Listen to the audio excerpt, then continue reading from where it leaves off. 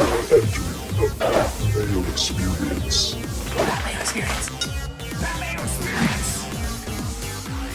Mayo Experience. Experience. Welcome to the Pat Mayo Experience, coming at you live on I keep thinking it's like Thursday, but I believe this is actually just like a Tuesday evening. So today, we're going to be breaking down all of the quarterback carousel going on with free agency. We didn't get to the Stefon Diggs trade last night before we recorded the show, so we'll hit on that a little bit later on. We've got a lot of NFL to talk about, I'm not going to lie to you. Plus, wash your hands, people. I have washed my hands so many times, I have lost my very, very smooth skin. My wife commented on it, and no longer can I be at least I will never be able to achieve my goal of being David Duchovny in Zoolander. So maybe George Costanza, he's still out there with the smooth hands. He can be a hand model. No more for Pat Mayo. Keep washing your hands up. Smash the like button and leave your DraftKings handle in the comment section and tell me who you think is going to be the starting quarterback for the Los Angeles Chargers in week one of the 2021 or 2021 or whatever the hell it is. The next week one that we get, whoever's going to be the quarterback, boom, you're in a draw for 20 DraftKings dollars. You want to get into a draw for 100 DraftKings dollars? Subscribe to the Pat Mayo Experience audio podcast. Leave a 5-star review. DraftKings handle, something you like about this show, and you will be in that draw for 100 DraftKings dollars. Can't hurt to tell a friend either. We're doing shows. We're doing a lot of NFL right now because of all the NFL free agency, but we got movie brackets. Cage Warriors. Yeah, UFC canceled. Cage Warriors, not. Found out what that was today, but Cody Saftik actually knows a lot about it, so something to bet on. We're going to be doing a show on it, so tune in for that if you want to get some action in on the weekend for this thing going on in Manchester, England. Cody will have the goods for you, along with Paul Shag, all here on the Pat Mayo Experience, plus some more challenge stuff. If you want to play in the Challenge Fantasy League, hit the description of this show, and you will find the link to join the free fantasy league for The Challenge. Starts on April 1st. And then, of course, because we need the content, folks, the Custy Awards are still open to be voted for. I will add that to the description of this video and podcast after we finish the show, and you should all go vote in the Custy Awards. All right, enough of that. Geoff Fienberg is not in studio, but he is on the line.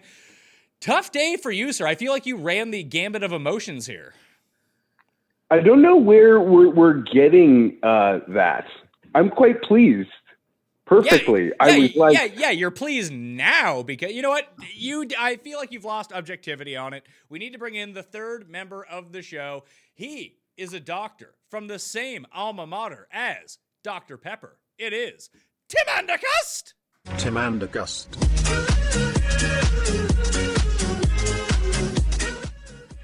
That's not my name. I do appreciate the 23 unique flavors, though, I have to say.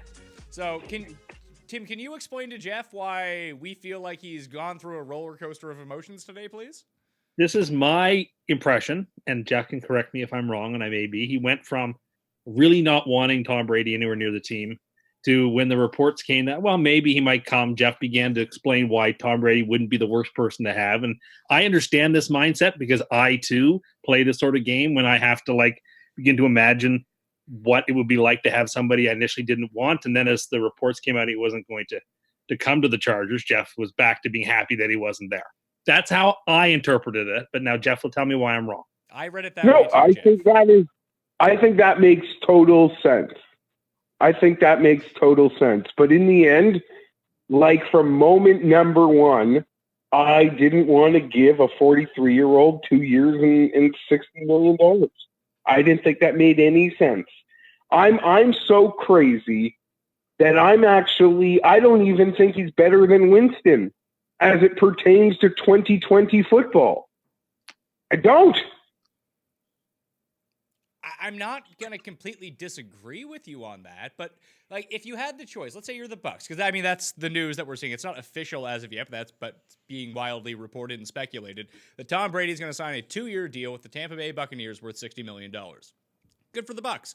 But if you're the Buccaneers and you sign 43-year-old Brady, now maybe this is blasphemy, but wouldn't you just be better off signing Teddy Bridgewater for less money? Probably.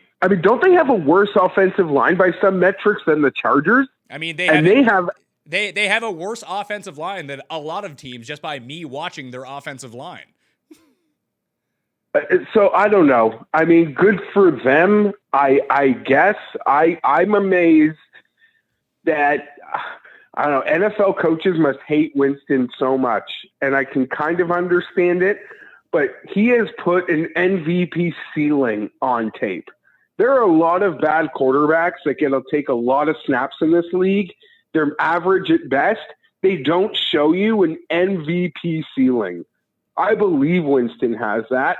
I don't think Anthony Lynn and the Chargers have the stomach for Jameis Winston, unfortunately. I would feel like Rivers' interceptions last year sort of prepared me for it. But I would love to be the team that's going to get Jameis Winston on the cheap in a prove-it deal while every quarterback's getting $30 million. Jameis Winston. I don't know. Tim picked him to win MVP last year and Phillip Rivers, but I don't know. Maybe it's just a fantasy guy in me. Granted, I do like to see real football sometimes. I'm a full-on Winston believer. I am. And I don't mean to get off topic, but to your point, Pat, yeah, I don't know. Bridgewater might be just a younger version of Brady. I didn't want Bridgewater. I made that perfectly clear. And part of my turncoating today was that I was scared that Bridgewater was going to get a long-term deal from the Chargers. And part of me was like, well, I'd rather Brady for 2 years than any sort of commitment to Bridgewater.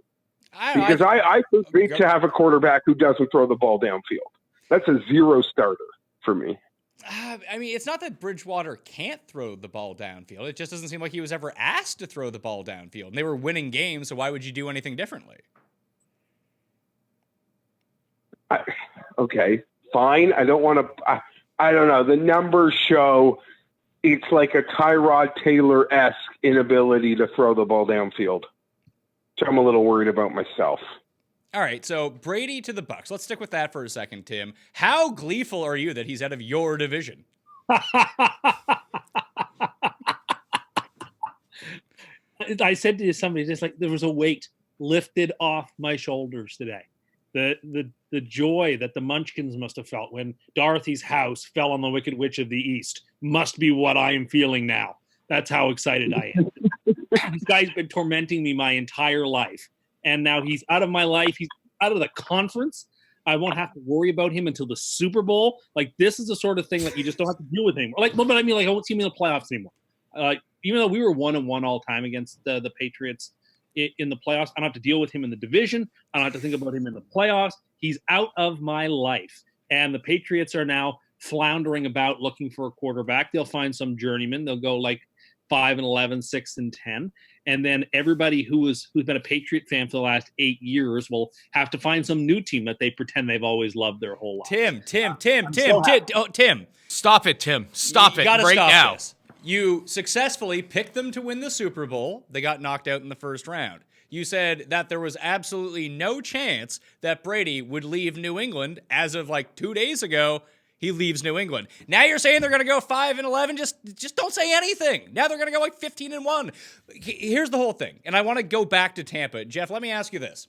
You bring in Andy Dalton into this exact same Patriots team from last year, which had an amazing defense. They were able to run the ball a little bit. Like, they were good. And Brady wasn't very good. Like, at this point, isn't Andy Dalton better than Tom Brady? You're just trying to get me to say something like soundbiteable. Hold on. I'm actually not. Like, if you take Tom Brady where he's at right now, and this isn't to besmirch Tom Brady. The guy's won fucking 6 Super Bowls. He was great. He's not great anymore. And if we did see a drop-off from 2 years ago to the Super Bowl win to last year where he didn't look overly great, and now we add on another year, the guy's 43 behind a bad offensive line. Yes, the receiving core is substantially upgraded, but instead of just having one Sony Michel on their team, they have like 8 of them now in the backfield. Peyton Barber is going to be averaging those slick half yards per carry.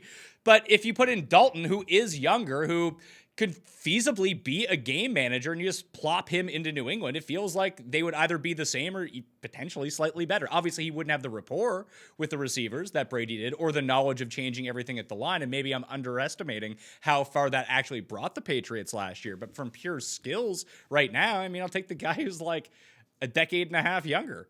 Yeah, but Dalton doesn't get every single call in every single circumstance the way that Tom Brady does. And I think, that might sound snippy, but there's actually something to that Tom gets every little advantage and call. And so, no, Dalton will not be any better for the Patriots went to one playoff game in the wild card round and lost. I don't know. That sounds like Andy Dalton par excellence. Yeah, I don't think the Patriots, there's this talk, there's no way they're tanking for Lawrence because getting the first overall pick involves so much more luck than trying to get it. So much luck goes into that. So there's so many variables that I don't think Belichick's going to actively make an effort to that. Just look at the Dolphins as an example, and then look at the Bengals, a team that we pretty much all thought would flirt with 6 to 8 wins. Maybe if you thought they were going to be really bad, 4 or 5, but no one saw that coming. So it's so hard to predict it. And Belichick, just his scheme, they'll win enough games. They won't be involved in first overall. I really don't believe they'll be involved in first overall. I also like Dalton and a lot more than most people do.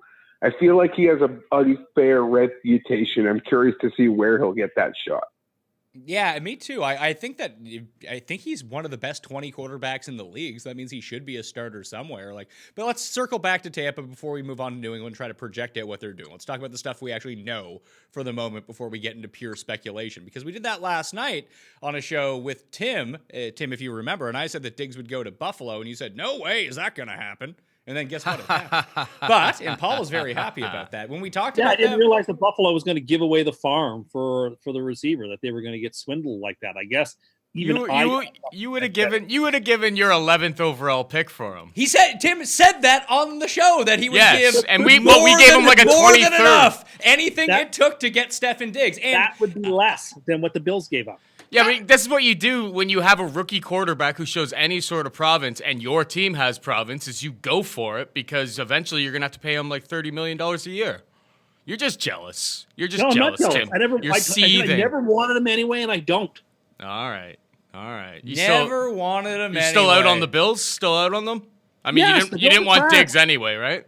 No. Oh, okay. Now it's Diggs. Diggs, many people have noticed that Diggs was furious that Kirk Cousins couldn't hit him accurately. Now he's going to play with the least accurate quarterback in football. It's going to be 4 games before he's just walking up and down the sideline, screaming and yelling and making a scene. No. The Buffalo Bills are in a very bad spot. I would not want what is a very combustible team right now. They're done for. Them and the Patriots, they're done. Get rid of them. Goodbye. See ya. I think Steph will appreciate Josh's swag. Josh has lots of swag. Not a coward. Who?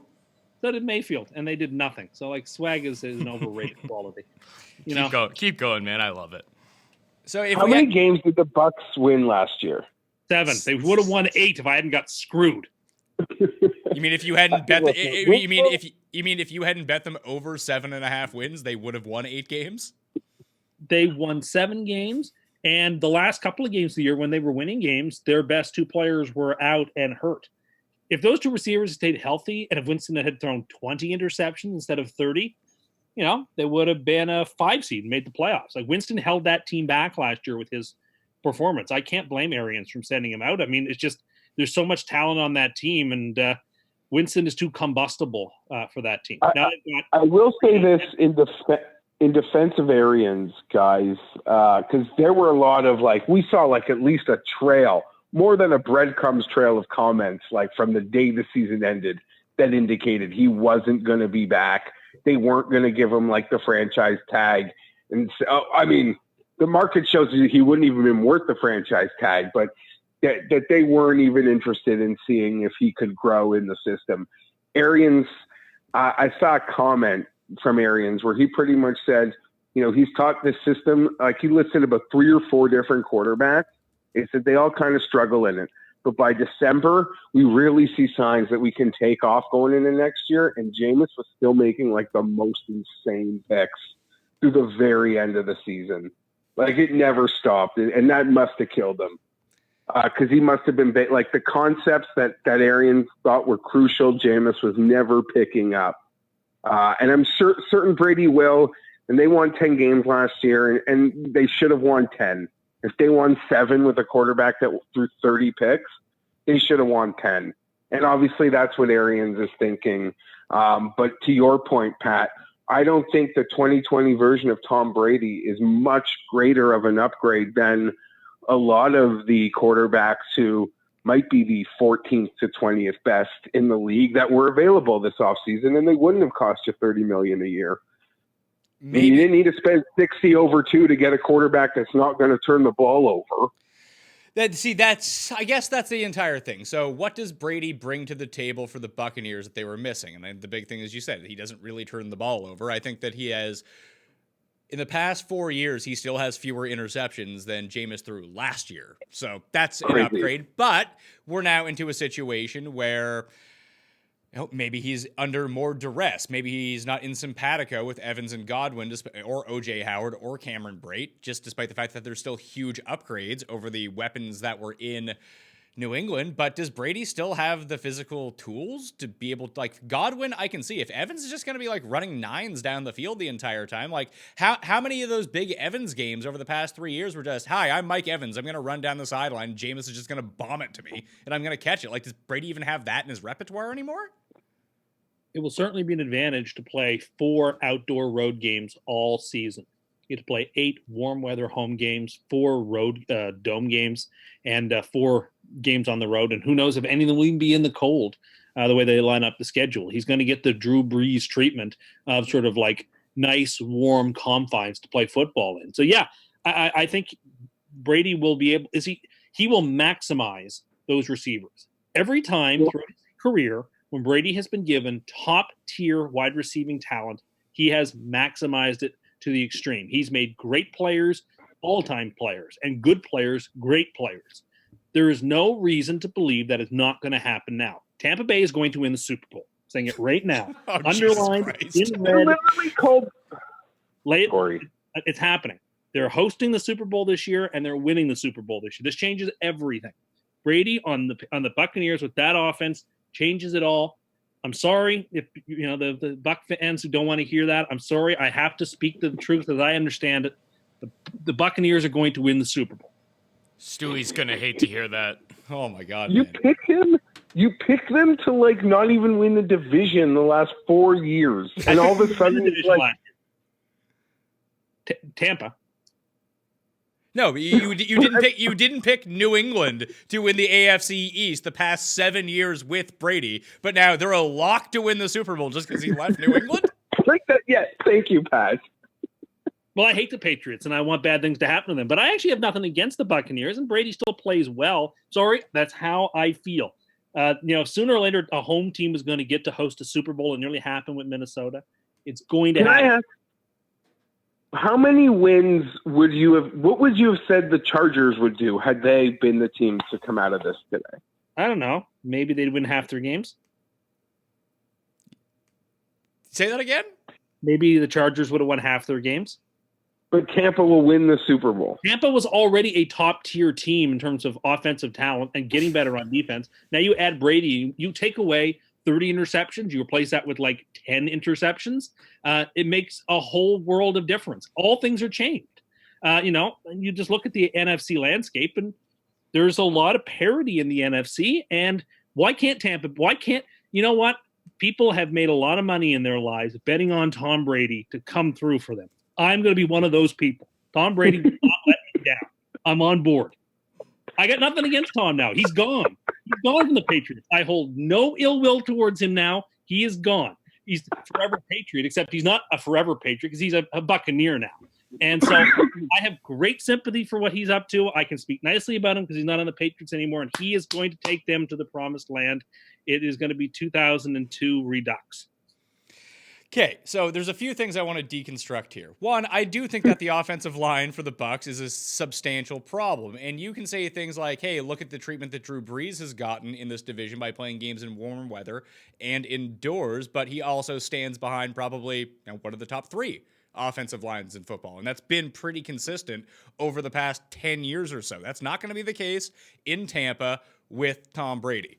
The other thing is, I feel like if there's an advantage to having Tom Brady on your team right now, it would be playing games in cold weather. You having the ability to go up to the line and change the play, get the ball out quickly with short routes, where that's just an extension of your running game.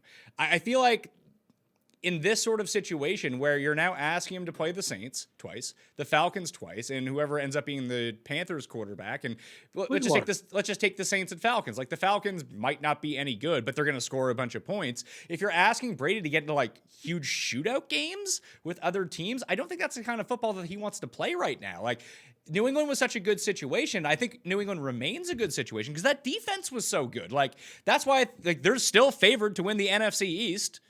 Like, you're calling them going 5-11. Like, they're a team with an excellent defense. Being a game manager and not turning the ball over is great if you want to win games 21-17. It just doesn't feel like this defense is up to the task of shutting down the Saints from scoring like 45 on them.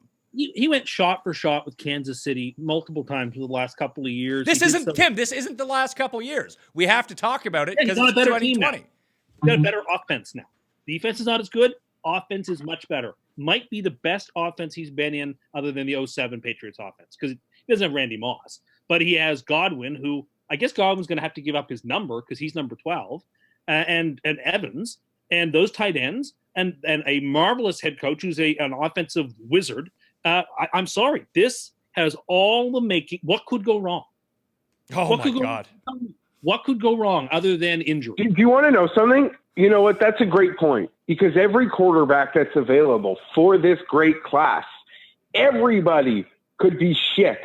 And I don't think anyone could be surprised. Even Tom Brady. If he's 43 years old and he's not good, father time.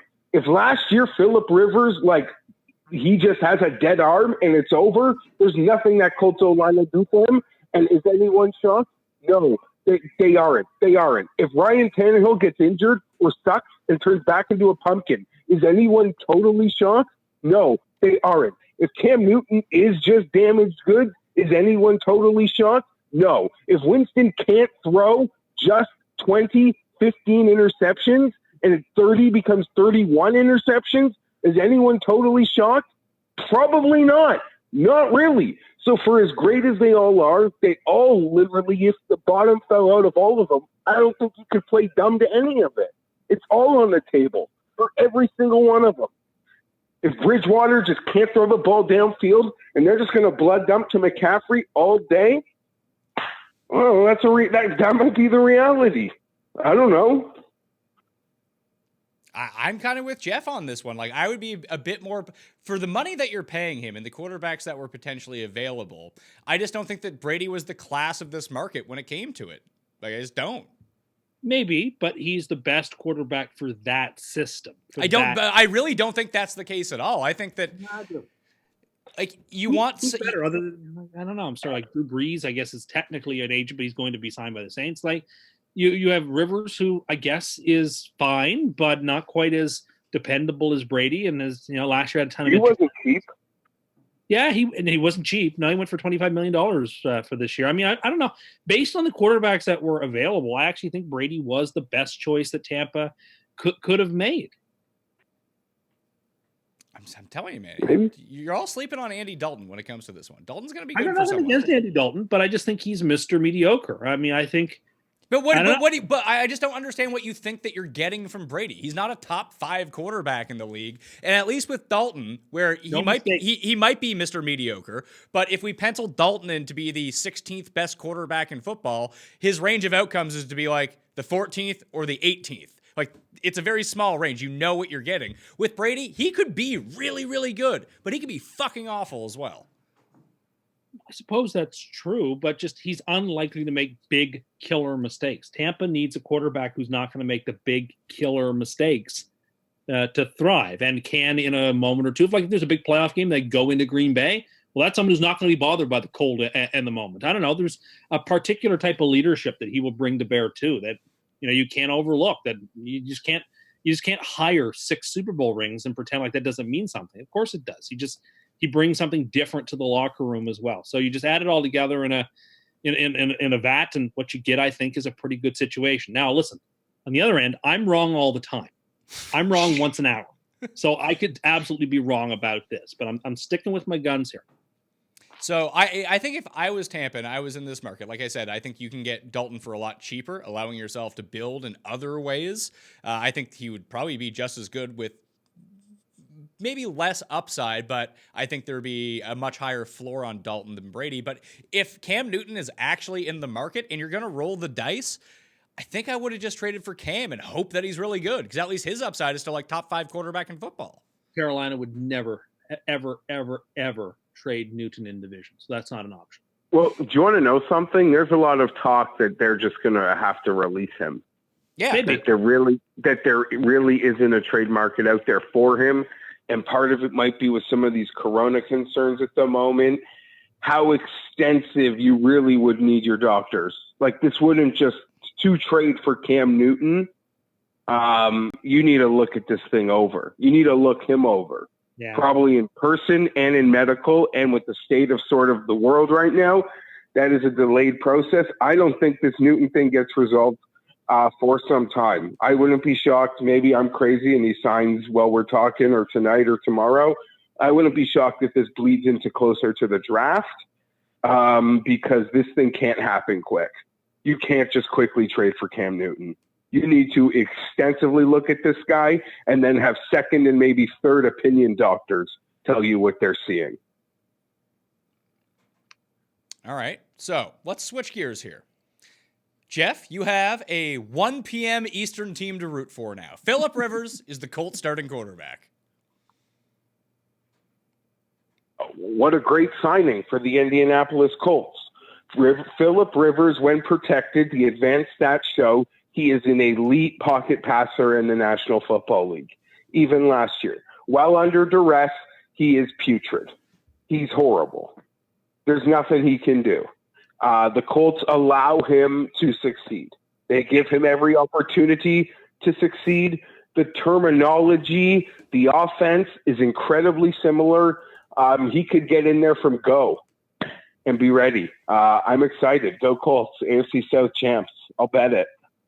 So, Tim, what do you make of Rivers in Indianapolis? Because the weapons in Indianapolis are significantly lesser than they were with the Chargers, but that offensive line obviously is a lot better. I just find it really crazy, and we'll eventually get to what the Chargers have done this offseason.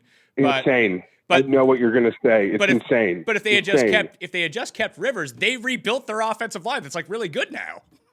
Yeah, and they even could have gone to the podium at 6th overall and made it even better.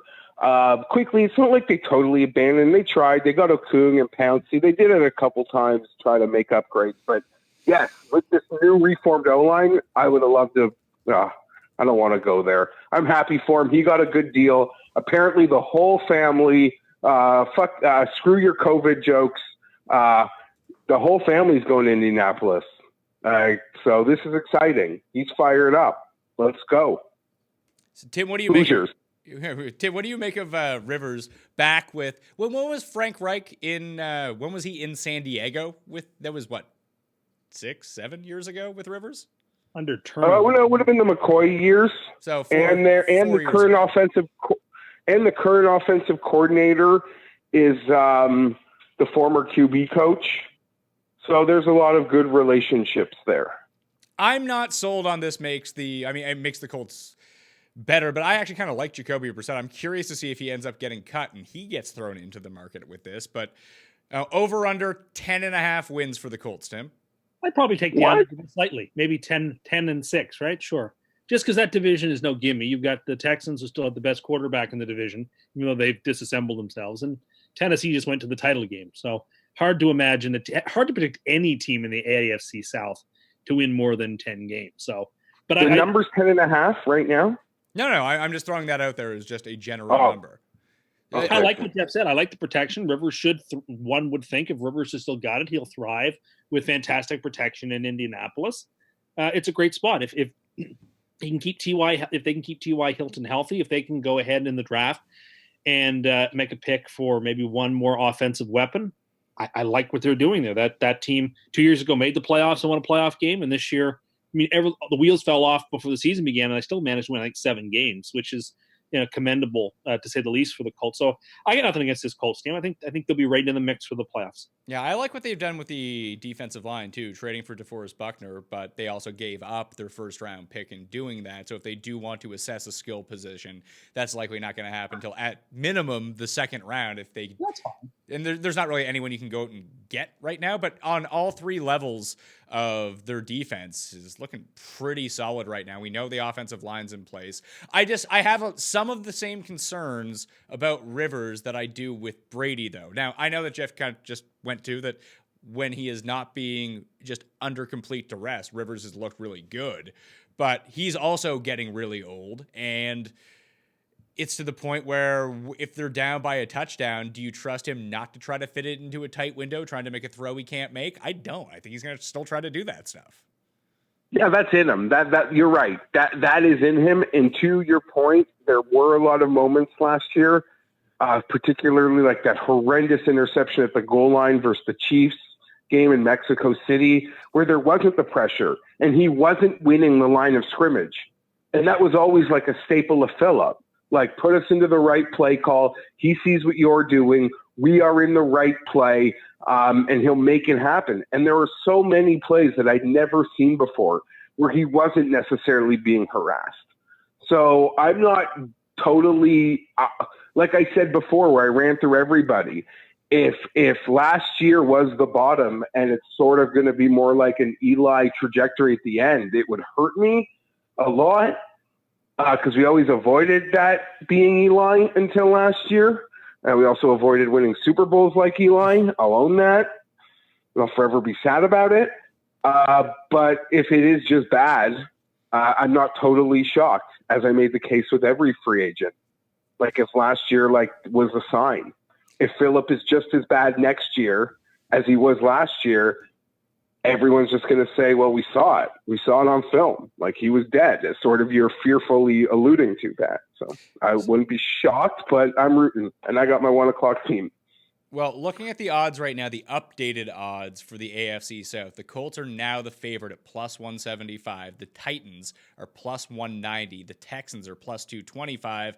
And then the Jumbo Jags, Tim, your pals, they're 9-1. And it sounds like they're in the market to try to trade Foles. But as it turns out, no one wants Foles. Maybe the Patriots for nothing. The only team that should want him is Philadelphia, really. I mean, he has a good track record with New England, as in beating them. So maybe they want him. Yeah. That's the team that could be tanking for Lawrence, by the way. I mean, I don't think that they need to actively try to tank. They might just be really bad. Yeah. But in a lot of the personnel moves that they made, it just looks like they're clearing the way for something. It does seem that way. It's not even maximizing value on trades. That's very disappointing. Well, I don't know. Of those odds you read me, I think the most value is still on the Texans, but yeah, we'll have to see how everything ends up shaking out with that, because there could be a point where, we look 3 days from now and all of a sudden J.J. Watt is traded for, hey, this sack of potatoes that looks like someone. Bill O'Brien's like, oh my God, got to get him. Throw in a 7th round pick and we're good. You know what? We'll give you a second and J.J. Watt. Sack of potatoes looks mighty delicious. Like, who the fuck knows what he's up to at this point? I don't know. He seems to fall upwards a lot. So. Yeah, well, sometimes just dig up, stupid. And sometimes I guess that works. So Carolina, I didn't realize this. I just saw this had been reported. I didn't realize it was in the books. But Teddy Bridgewater signs a 3-year, $60 million deal. So Geoff, you were talking about you didn't want to tie up a long-term investment in someone like Teddy Bridgewater. But if you're Tampa, doesn't 3 years at 60 with Bridgewater seem like a better idea than 2 years for 60 with Brady? Yeah, you're not wrong. And I keep forgetting about that, because I assumed, and a lot of the reports made it seem like early in the process that Bridgewater was in high demand and was going to get a 5-year deal. I could have lived with that Bridgewater contract. I could have, but I don't know. I'm excited for what lies ahead for my boys, and I'm thinking I'm being greedy. Wait, we'll get to the Chargers eventually. I want to talk about the stuff. But I keep climbing the mountain. I want a higher ceiling. I'm being greedy. So when you're trying to bid, I mean, right now I don't know how Price is Right would work. If you're on Price is Right and there's 2 rolls of toilet paper, what do you guess? I don't know, but if it's like you could walk away with this washer dryer that's Teddy Bridgewater, but you know there's like a wicked prize behind another door, I'm still playing the game. Yeah, if that makes any sense. So your yodeler guy is just going yodel. So you're good with him like dumping off the cliff? Yeah, I'm going. If you need to do what I need to do, you need the supreme guys. You need them. Look who, like Mahomes, Wilson. If someone has a speck of that in them, they're worth the risk to me. As crazy as that sounds, and we'll get there. Sorry, sure, but remember, Garoppolo was 5 minutes away from winning the Super Bowl. Oh, fair enough. That roster seemed perfect. What are the Panthers going to accomplish with Teddy Bridgewater? I guess is Nothing. That's the thing. Like they lose Bradbury, so they lose their best corner. They trade their best O lineman for a O lineman who's like has lung problems and is not as good and is older at this point. Like I just don't like if you sign Teddy Bridgewater to this sort of money. And I mean, $20 million a year for a quarterback is basically nothing at this point. That's like below average. So True. It's not like they broke the bank to pay Teddy Bridgewater. But if this is all you're gonna do, why not just try to roll the dice with Cam? It's as if those of us who said that the hire they made for coach and player personnel director wasn't a very good one. And it's I've got another side plot that it's more of like a slow roll here. Like they trust Bridgewater to sort of just hold the fort as they build what they're trying to build, and the public won't turn on them because they won't win like 3 games. And they brought in Brady, the offensive coordinator from who formerly of the Saints, so he knows Bridgewater. And in an off season where I guess new programming and install is up in the air with this COVID, and who knows when these guys are going to get together, and that makes getting any new quarterback freaking scary. And that's a benefit to this Bridgewater thing, who's familiar with the terminology that they'll be installing from their offensive coordinator, and probably a benefit to the Colts because Rivers, as we mentioned when we spoke about that, has quite a familiar with how that offense is going to work with the Frank Wright thing. So I think it's more of like a stabilizing deal. And when you stand back and as Pat mentioned, $20 million for a quarterback, if he's going to start for you for 3 years, I don't know, it's not a lot. And I'm still fearful that they're a team to watch as it pertains to making moves in one of these next 2 drafts to actually address what they'll want to address. Well, Tim, if it was you and you had to pay a quarterback, you were talking about how you should be GM of the Jets last night. So maybe it's not the Jets. Maybe you're the GM of the Panthers. And there's 2 things, or even the Titans at this point. And you look at it out there. Would you have rather given Teddy Bridgewater 3 years for 60 or paid Tannehill 4 for 112? I would have taken the Tannehill deal. And Really? it's only I've seen Tannehill take my team to the AFC Championship game and not make the big mistakes. And He threw the ball 77 and 88 yards. Bridgewater has played, 5 games in the last 3 seasons, and those games were played with Michael Thomas and one of the best offenses in football. Like, I think Bridgewater is just too big, is a bigger question mark, and therefore I think the safer play is Tannehill, who, you can look back at his time in Miami, it's patently underrated, and he played really well last year and earned his job. So I think if you give me the choice of the 2, I'm taking Tannehill. I think that's the rational choice. I agree that Tannehill is probably better. I don't know if he's worth almost double the money, though, is the thing. Like, if that's how you're trying to construct your team, because you just franchised a running back as well. So you're going to run into the same problem that the Rams have going on right now. Where the running back just won the rushing title and was Tim, that's fine and everything, but you're going to run into the same problem that the Rams have right now, where over 26% of their salary cap is invested in Jared Goff and Todd Gurley. And now they have to cut the rest of their team. They franchised him, so they're not into him for anything more than a season. So it's not quite the same thing where they backed up a Brinks truck and gave Gurley gobs of money for multiple years. It's not quite the same thing. Okay, I mean, I'm willing to concede that point, but you're still investing a lot of money, especially with Tannehill. Like, Tannehill's not an elite quarterback by any means, and he's not. And his salary is, I mean, it's more than Kirk Cousins is, and I'd rather have Kirk Cousins. I don't know. I would rather the guy who's got more playoff wins, and that would be Tannehill. Last time I looked. I mean, Tim, you're now talking up Tannehill, and you're besmirching the best Jets quarterback of the past 25 years in Teddy Bridgewater. I don't know where you're at right now. I like Teddy. I just think he's too big of a question mark to hinge my franchise on him. But if you're Carolina and you're, like you said, you're probably not going anywhere right now, it's a great contract because, he can show you something. If he plays top tier, great. You've got a really good return on investment. But if he doesn't, then it's okay because you're not paying him as much as you would have had to pay, like you mentioned, Tannehill, for example, or Newton, however much Newton's contract is that you're getting out of. So quarterbacks that are currently available. So let's try to find homes for these guys. Cam Newton is available. Jameis Winston is available. Joe Webb is apparently still available. So is Brett Hundley at this point. Blake Bortles, only 27 years old. Who else is good that's still available? Can we say that Jacoby Brissett is available? Taysom Hill? Taysom Hill is kind of available. I read a thing that says Indianapolis looks forward to Jacoby experiencing Phillip Rivers.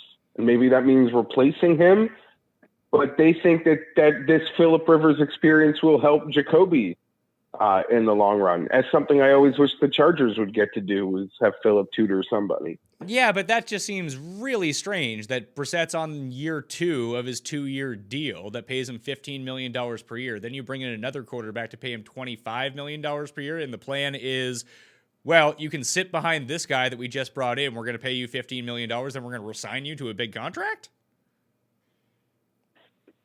You're right. I don't know. I don't know what the market for Jacoby would be anyway. I don't know. I mean, if somehow Brissett hits the open market, he gets cut. Let's live in a world where Cam's cut, Jameis is cut, Brissett is cut, and Jameis isn't cut. He's just a free agent. And then Andy Dalton is cut.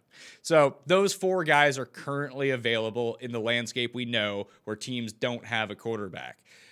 I think Dalton makes a lot of sense in New England. Maybe they try to shoot for the moon and try to get Cam and see if that works out. But wouldn't Brissett logically make the most sense having past experience in that offense?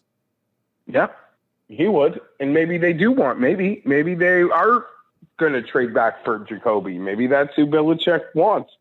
That when I saw that Belichick the Patriots hadn't even called Bridgewater's agent, I mean, I didn't really make much of that other than to say, well, I'm certain Belichick has a plan. And I will still believe that till the very end. Yeah, like, Tim, when you talk about, Brady, you don't bet against Tom Brady. Who would you rather not bet against, Brady or Belichick? Brady. Really? You think this was all Brady?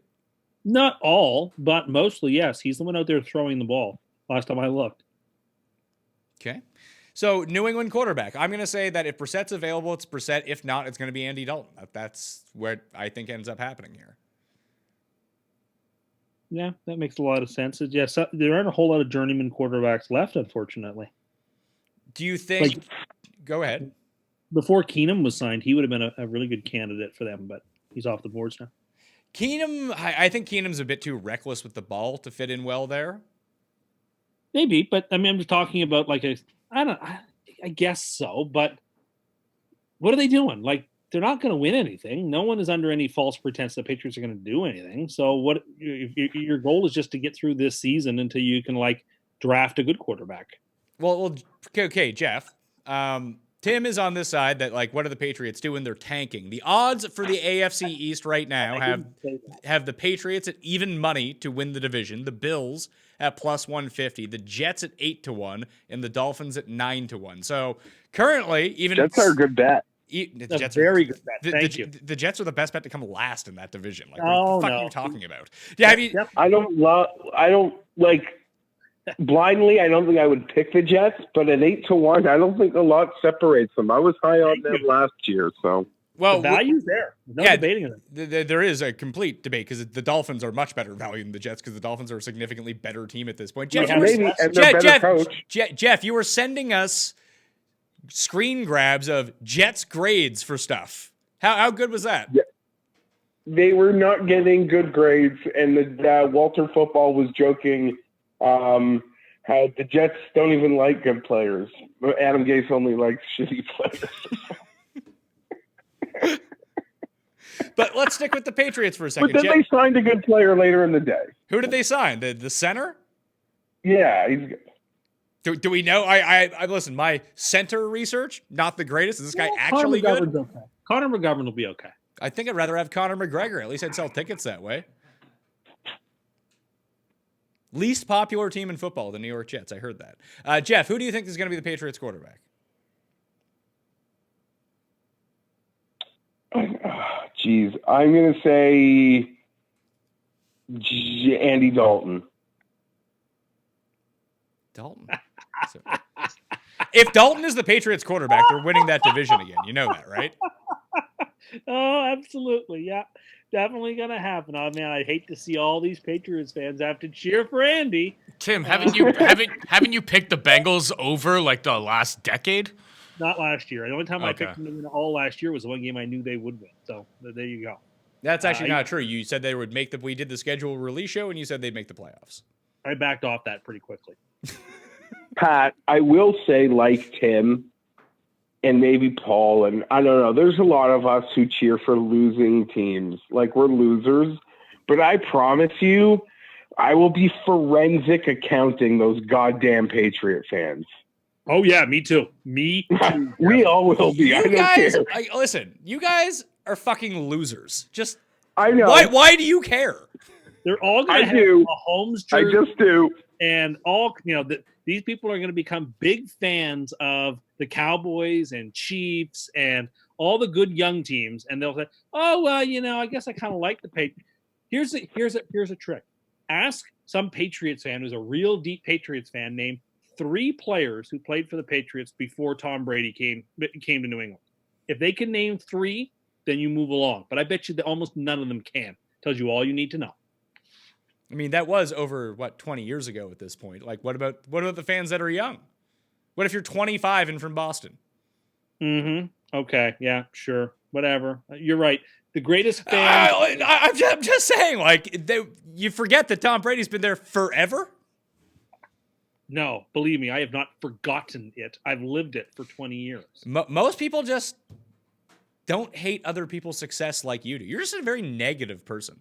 I'm a very positive person. You're but not a definitely- positive. You're not a positive person. A lot of these Patriots fans who've given us a lot of grief over the years on Twitter and in general, like, we are now watching you like a hawk because now the rubber is going to meet the road. We'll see what types of fans you are and whether you're shipping up to Boston and let's effing go when you're 5-11 and picking with the 4th pick overall or something. Yeah, Tim, then we'll see. how dedicated- Tim.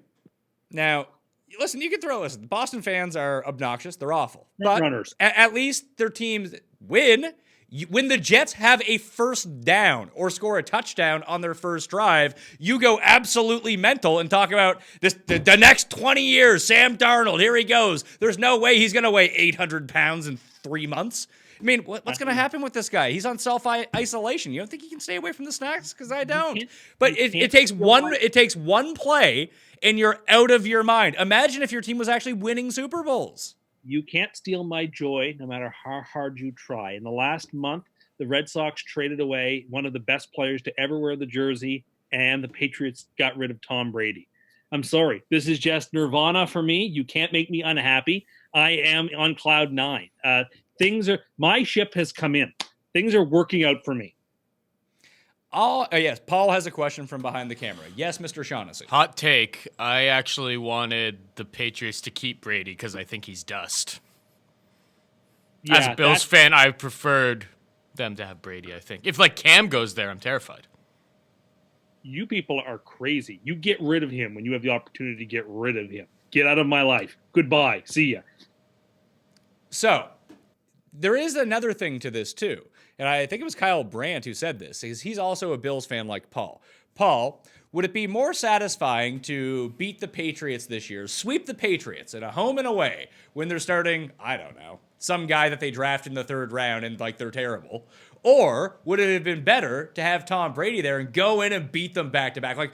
He's gone. It's just he's like, you know what? The teams in the AFC East are too shitty. I can't deal with this anymore. Wouldn't it have been more fun to knock off Brady? Yeah, that would have been fun too, because that's why I was kind of saying he's dust, and I think they were actually vulnerable for the first time, and the team's getting older, most of their pieces are gone, and he doesn't have the arm. We saw that a whole bunch. So yeah, it would have been nice. It would have been nice to have retribution. Tim's Tim's got more of like the cowardice type of Tim strategy. is taking the He coward's wants way out. the easy way out, it seems. I want him gone. Listen, if we're beating the Patriots next year 30-0 in the fourth quarter, I hope we call timeout to make them punt just so that the loss lasts that much longer. Like, to heck with them. I hate them. I hate that team. Their misfortunes make me happy. And so I'm delighted. No, Brady has ripped unlike the Bills, who haven't really been good much at all over the last 20 years, the Jets have routinely made the playoffs. And so I've had to actually deal with the Patriots being good more over the last few years. And they have ripped my heart out and prevented a team that should have won multiple divisions from winning a single division. So no, I have no love lost seeing that man out the door. Get out of my life. I mean, the Jets really haven't been all that good, man. We should have won the Super Bowl at least one of the 2 years we made the title game with those teams. Oh, yeah, sure. So 7-9, 4-12, 5-11, 5-11, 10-6. That's pretty good. 4-12, 8-8, 6-10, 8-8. That's their last 10 years. Yeah, I know. But that's great, Tim. Yeah, in 1971, they were just running train. In 9 and 10, we should have won the division both those years. We were the best team in the division. 2009, you were 9-7. And that team went to the AFC Championship game Sure. and then took a big lead on the Colts and almost got to go to the Super Bowl. And then the next year, we were by far the best, and we got screwed with a couple of calls, and we didn't get to the Super Bowl. And then, the 10-6 year did. I'm just saying, it's too risky of a thing to say. Well, I think Brady's done now, so I'd like to see him stay. Look, no, last year the Jets lost to the Dolphins and the Bengals, the two worst teams in football, and you're concerned about a dusted up Brady. Oh, good thing he's gone. We're gonna win the Super Bowl now. But then we beat the Dolphins and we carried our kicker off the field. I like that you say that with no irony. Like that wasn't the most pathetic thing that happened all year. I was proud. That showed like the team still cared. That's why we won a bunch of games down the stretch. That's why we won 7 games. That's the team that was fighting and competing. A team that carries their kicker off the field after 7 field goals and a victory even when the year is lost, shows you that team's got heart. That team's got drive. They're not just marking time. They're not a dead team. I was proud. They weren't like the Browns who were just would have liked to take 3 knees and punt on every drive just because they had quit on themselves and on their quarterback. Our team didn't do that. Geoff, on a scale of 1 to most pathetic, where would you rate this? Most pathetic.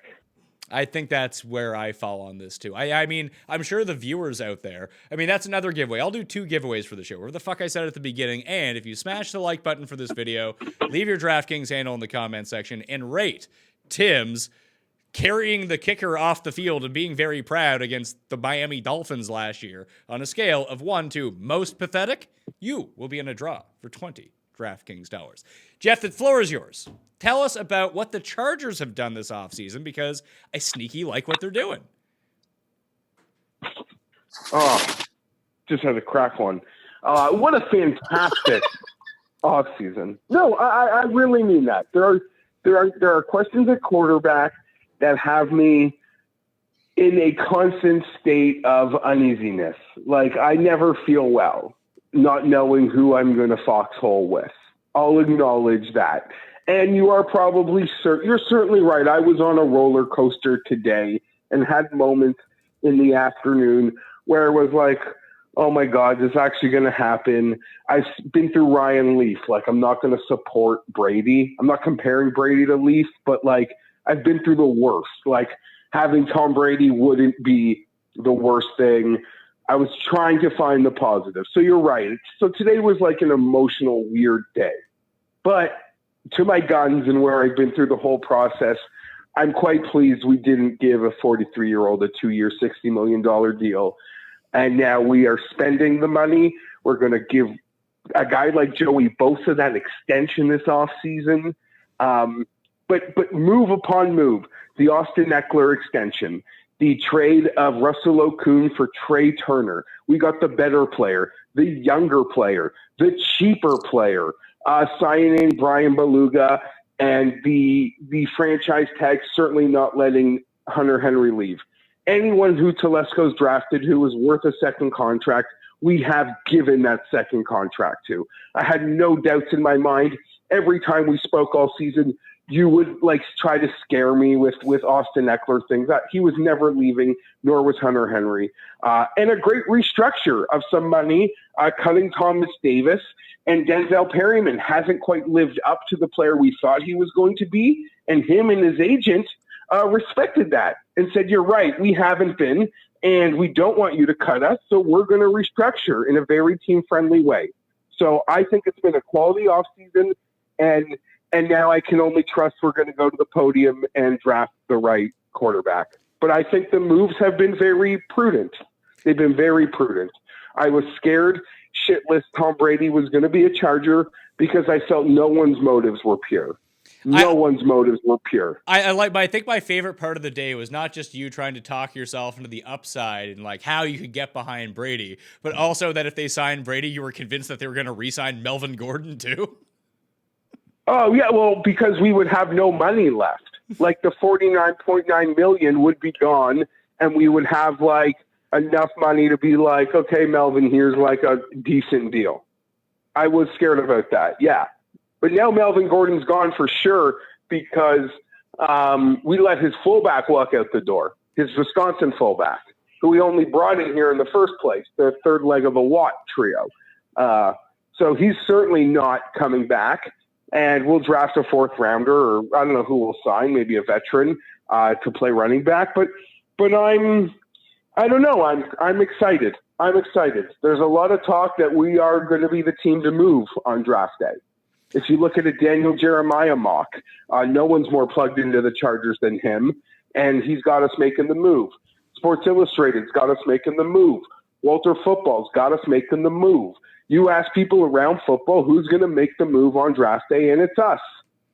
So what is the move? The pick and what for what? I don't know what the compensation is, but we would go and take Tua. That is, to my understanding, what would happen. And a lot of the insiders believe this is highly probable because a lot of the insiders believe the Miami Dolphins at the moment are very torn on Tua and Herbert, that they like Herbert a lot. Are these trades up to the 2 pick, Geoff? Because I think the Redskins are going to take him unless you trade up to the 2 pick. Okay, now that's a huge wild card, and maybe we'd have to wait for draft day. Ron Rivera can do whatever he wants. He could tell his owner they just did, like they have the 2 pick. Tua could be the Kyler Murray and say, I don't care with the new coach. I don't care what you did last year. That discussion's already been had in Washington. Ron Rivera can do whatever he wants. And if he chooses that that's what he wants to do, they can do that. And Haskins will be like Rosen. Bye. Are you worried that the only thing that I hear about Sainty Bear's chicken is that he sucks? No, I'm not. I don't. I think he's being totally undersold, but I'm not kidding. Listen, I don't want to get to where we are picking favorites because I'm not going to be Tim Anderson and have an embarrassing track record when my team is holding a premium draft pick. Hey. Well, it's okay. No, you know exactly what you did. No. You know exactly what you did. Oh, no. Well, Geoff, I mean, the reason that I bring up what the move is, because do you think that the Chargers give up the draft capital to get up to number 2 or number 3 when the Jets are sitting there at 11, when you could trade back and get the most valuable pick? That would be the move. The coveted 11 pick. But I am starting to pitter-patter myself for Jordan Love also. Love is the most Mahomesian talent maybe in the next couple drafts. Might be more Mahomesian than Trevor Lawrence, who is fantastic and has his own special qualities, but I don't know if you would label them Mahomes-like. And like I said, Tua gives me this Russell Wilson flash. And anything that can potentially be one of those guys to me is worth the risk. And I'm yodeling off the cliff, as they say. I obviously I don't watch any college football, really, so I only get to hear the secondhand reports from people that I trust. Much easier than watching college football, and frankly, I don't care what they did. But wasn't Jalen Hurts good? Like, what's the deal? Is he going to end up on, like, the Patriots? Very possible. I'm I'm not sure. There was also a lot of paranoia from a lot of people that I was reading a week ago, thinking Carolina and their unpredictability would be a team that was going to trade up in the draft ahead of Miami, leaving the Chargers picking third of quarterbacks, a situation the Chargers really don't want to be in, apparently. So would you rather that the Chargers go and give Jameis 3 years, $75 million or draft a quarterback? If you told me I could have Jameis Winston on a short-term deal and then go to the podium and select Isaiah Simmons, versatile linebacker safety from he could play 5 positions like my boy Derwin from Clemson, I would take that right now. Winston. Yeah, when you say a short-term deal, would you consider 3 years a short-term deal? I would hope for, based on the market for Winston today, if Teddy Bridgewater got 3, you'd have to, Pat. I mean, Teddy's a year older than Jameis. Jameis has more experience. That it wouldn't. If there was a market for Winston. Hold on. There's a lot of quarterbacks right now that it's not that maybe Carolina was like, hey, Teddy, we'll give you 7 years at this, but Teddy looks at the market, he looks at the salary cap and is like, well, in 3 years' time, this salary cap's probably going to be an extra $30-35 million, and I'll just get paid more at that time. Like, I think a lot of this is just quarterbacks wanting the shorter deal. Okay, you could very well be right about that. And staying on this train of thought as it pertains to the Chargers, I would like Cam Newton, but I don't like if I could get Cam Newton and get Isaiah Simmons, I'd be excited about that with my revamped O-line and our targets and the scheming we could do on defense with Bosa, Darwin, and Isaiah Simmons. But does Cam Newton come with a restructured contract? Because I just want the contract he has. I mean, then you would have to trade for him if that was the case, and you're not going to go know the medicals on that. If he's cut and then you have to sign him, then it's a bit of a different story, isn't it? Oh, yeah. See, that's the problem. Chargers are probably I don't know. How do you get your one-on-one with Cam and with doctors? That sort of seems like the things that aren't happening in this time of year at the moment. Okay, but why wouldn't this scenario work? Let's say you can trade up and you can guarantee yourself Tua. Let's just live in that world. So, and you can trade for Cam Newton. Cam has 1 year remaining on his contract. That's it. It's $18.6 million in base salary this year. I think the cap is like $21 million, and maybe you can get Carolina to eat some of the dead money. Maybe that could work. Let's just call it $20 million. That's what you have to pay Cam Newton for 1 year. Would it be worth it to bring him in just to sit Tua the entire time? Could you imagine what a disaster that would be? Oh my God, Cam Newton, who is all about himself all the time. The idea that he would ever be, amenable to grooming a quarterback behind him to play, that would be a disaster. My goodness. On a 1 year deal, you're right. He probably wouldn't be the best groomsman. That being said, but hold on a second. That being said, Cam Newton. It is not. No, hold on. It is not Cam Newton's. If you bring in Cam for a year to the Chargers, it's not his responsibility to teach Tua what's going on. It's ability to win.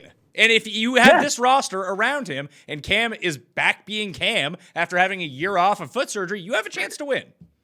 No, I agree. And sort of to your point, Pat, Cam would have no obligation but to himself. But to himself, that would need to include winning. And if he would have 1 year left on his deal, he needs to look at his future. And he knows a good season next year puts him in that QB1 4 or 5 year contract that Dak Prescott's about to sign. So he would be playing for himself. So Tim's sort of point that I don't want a selfish Cam Newton, I'm not afraid of that. That he would have to play well to show the league that he's worth what we thought he was worth 2 years ago. And I do believe Cam Newton is being undersold. If you look at the statistics, people are blinded by seeing him last on 1 foot. They're like blinded by it. Like the amount of hate out there for him is really bizarre. For a guy that's been really as consistent, for a guy that's turning 30, every great quarterback in the history of football has been great after 30. So if Cam Newton is the player he's been in his career, he'll be great after 30. He will be, just like every quarterback before him who was great. 30 is like the beginning of life for a quarterback. Granted, he's taken hits. But with a year off, being fresh, healthy, on an $18 million deal, and still be able to go to the podium and draft any of the young quarterbacks you want, sign me up, man. Sign me up.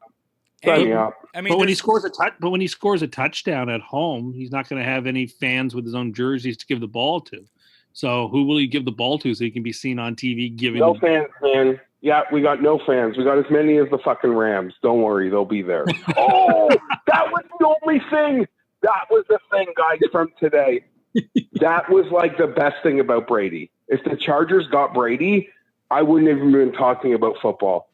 My only bits would have been on like how amazing it would have been to be Stan Kroenke and to pay $7 million, $5 billion for a building that you would now be second fiddle in to the rent-free team if Brady was a Charger.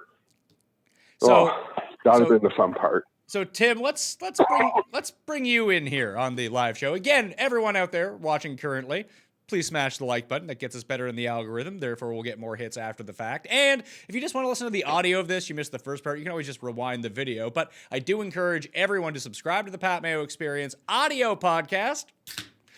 Leave a 5-star review, DraftKings handle, something you like about the show, and then you will be in a draw for 100 DraftKings dollars. Additionally, we're releasing a lot of shows right now. We're trying to get as much content out as possible to keep people. Listen, I've been sitting at home, self-isolating myself, doing like home workouts. I'm crushing podcasts right now. So the more that we can put out for people, just you're going to see 2 in a day. Only one will like auto download if you have that set up. You see the other one up there. Even if you don't give a fuck about it, just hit download on that one too. We can always use more numbers. Like I said, tell a friend, and there's a $100 giveaway to go into it. But Tim, what do you think is going to happen with the Chargers? Do you think it's going to be all rosy like Jeff thinks? Because it doesn't seem like you do. Uh-oh. Personal. What are you doing? I had a bit of foam issue. It looks like a diet. It looks like a toasted vanilla to me. Oh, Tim, you know what I have to? I got a foamy cup right here. Do you know what I need to do? What? I got to hit the foam. Everyone knows about the foam. Oh, beer sniffs. Beer sniffs. Get you all fired up. No, remember the time you bottled my bottle in... Woo! Remember the time you... Hour number 2 of the live show. Let's go. In Charlotte, and I just let the bottle hang out? Yeah, I find it kind of crazy that no one ever tapped the top of your bottle before. You just held it off to the side. And then the waitress almost slipped on all the beer. Well, I'd never seen someone do that before, tap the top of somebody. Why would you do that so that their beer would fizz out and go everywhere? That doesn't seem very nice. Yeah, we were all fucking wasted, Tim. It was hilarious to the rest of us. I think that Tyrod is going to be the starter on opening day for the Chargers. I really do. And I think they'll draft a quarterback and groom him. And then in 2021, things could go quite well. But I think it's Tyrod's season for as long as he plays half decently. That's my opinion. Okay, That's a very fair in play scenario. They seem to like Tyrod a lot, but I think they could do better. I'd rather Dalton, and I'd rather Winston, and I'd rather Cam. I believe Cam's going to be a Bear. That's my opinion. Like a Bear, like someone that you would want to date? I'm talking about I'm talking about the Chicago Bears. They are sending every signal, left, right, and center, that they want a new quarterback, that they don't want to go into 2020 with oh my God, why am I blanking on Mitchell Trubisky? So they're looking for somebody. I think Newton makes a lot of sense there. I think that would be a good spot for him. That team is also much like much like I mentioned the Buccaneers. Last year people talked about the teams that are like loaded but have that one issue that maybe if they could propel for, they could win a Super Bowl. The Bears could be very, very, very competitive if Newton comes there and plays 85%. I don't think we'll ever see MVP Cam again. I think those days are done. But can we see 80% of what Cam used to be? I think that's a very distinct possibility. And Chicago would embrace him. They love him. They haven't had a good quarterback in so long. That to me would be perfect marriage. Like, do you really think that the Bears, I mean, I know they want to bring in competition for Trubisky, but it's almost like Case Keenum being brought into the Browns. Like, it feels like they want to bring in someone that the incumbent can actually beat and maybe give him some confidence and make him better. I don't know. I actually don't think you can make him much better. So, no. I think Trubisky's time in the sun is over. That window is closing very, very quickly, and I think that they can no longer waste time with him hoping that he gets better. I think it's now or never. Well, There were some stories out there that that Brady had the Bears on a short list, but they were in just such salary cap hell that it was simply impossible for many of the things Tim said. They do sort of feel like they have a complete team. Would have almost felt like Favre stepping onto the Vikings or something of a few years ago. And to Pat's point, you could be onto something, Pat. It does feel like Nagy and the brass in Chicago are just sort of looking for a fake manufactured competition that like the Democratic Party, like the gig is in the bag. There's nothing the other guy can do, but we're just going to try to like boost them up, kind of. I think so. You bring in Bernie to Trubisky's Biden, and just, you know, if Bernie's still just kind of out there right now, I actually just wanted to look to see how those races are going. Florida's called already. So was Illinois. Illinois is called for Biden. This is toast at this point. How many delegates are between Florida and Illinois? A ton, right? Tons. Believe it or not, the people in Florida don't like it when you pal around with the Castros and say nice things about them. It seems What a like shock. it seems, well, he did, as the early returns are in right now, Biden's actually doing better in Illinois than he is in Florida. Fair enough, but Florida takes notoriously longer to count their votes. I mean, Florida has 61% or 83% of their votes in right now. I'm not guessing turnout was super high in any of these elections tonight. No, I bet you a lot of it would have been mail-in ballots and advance polls. So, where are we at? The Chicago Bears? Did they just sign someone? I thought I saw something pop across my timeline that they just signed someone. The Bills signed Quentin, who was it? No, they lost Chase Daniel. No, they lost Chase Daniel, who's going to start week 9 when they play the Lions or something. Chase Daniel for the Lions. Oh, yeah. So, well, I mean, is the Stafford, like Stafford's going to be traded? Is that stuff like all off now? I wouldn't call anything off till we get past draft season, to be honest. But it does feel like it was never truly real.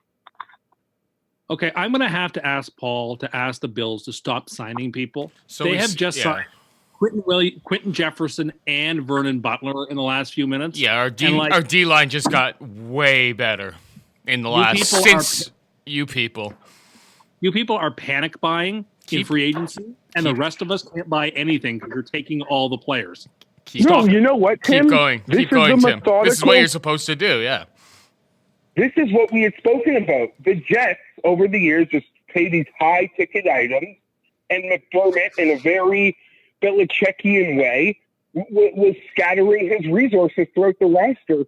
And with the move that was made this week, I want to say there's now not a single – when Shaq Lawson signed with Miami, there's not a single Doug Whaley player left on the Bills roster now. Not one. Is that true? Yes. Oh, of course, I was listening to Buffalo Radio, and then they said it. So that's the source. Wow. I've spent most of my day on Patriots Reddit boards having fun, so I haven't really been paying attention to what's been going on Buffalo Radio. How is Patriots Reddit today? Very, very distraught. Do you think that they would have the same attitude as you, being like, Brady wasn't even good anyway? People have already begun to turn. It is amazing. It's like the Joker in The Dark Knight. He says, you leave these people alone, they'll eat each other. That's basically what's going on the boards right now. I want to jump back to the Bills for a second. What did, I thought they had a really good free agency last year. I know I've said this over and over the past year. Why don't you just put on your Bills jersey and just give up the pretenses that you don't want them to do well? And come on, what are we doing here?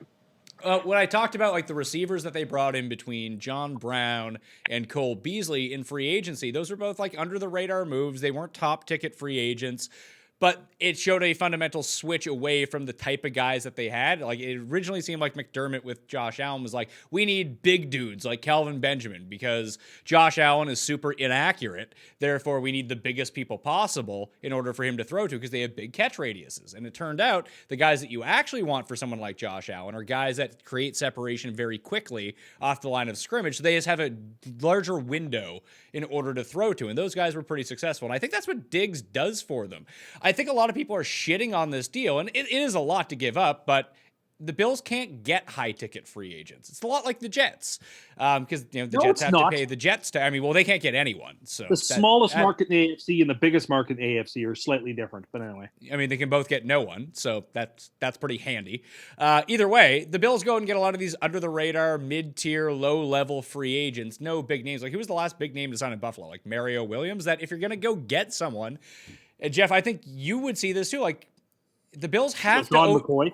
The Bills have to, and they had to overpay in that deal too, although Kiko turned out not to be very good for Philly. But, Jeff, don't the Bills have to overpay for stuff in order to get good players? Yeah, but again, as we've spoken about going back to last offseason, the Jets would sign Le'Veon Bell and maybe there was another high-priced C.J. Mosley. Mosley's a great player. He just got hurt. He's going to be a candidate for comeback player of the year this year. He's a man. But I'm just saying the Bills would sign 10 bodies for the price the Jets would spend on 2, and you saw where it got that organizational depth. Like the main, like, who did they sign last season? You mentioned Beasley. They signed like Star Latui, a good defensive tackle away from Carolina. Even this year, they brought in Josh Norman. I guess he's got those Carolina ties, granted just from Washington on an incentive-laden cheap deal. I like it. I like Vernon Butler. Vernon Butler's also a Carolina guy who they just added. So they're all over it. And it really did seem like last year they needed someone on offense to be a game breaker, and they go get Diggs, who's one of the best route runners in football, that everyone's just kind of talking about, imagine how badly he's, like, you even said it to him, like how much he's going to complain when Josh Allen is overthrowing him down the field. I'm sure he will complain with that. But Josh Allen is good at throwing these like 15-yard bullets, and that's generally where Stefon Diggs gets open. No, and they need to get a player to play that Frank Gore position who's just younger and better at this point too. I mean, with some of the moves they've made, I don't think Melvin Gordon will be in their price range at this point. But would they even want Melvin Gordon? Like, Singletary is good. You just need someone to back up Singletary, I think, for their offense. Yeah, I know, but like, as a bit of a compliment, because Singletary, I think, is going to be like amazing, and they can use him as a poor man's like Kamara and Eckler in many ways, and maybe in a couple of years he's at that level because we see the skill set there. But they just need a more skilled version of what they're currently getting now out of that other running back spot. Interesting.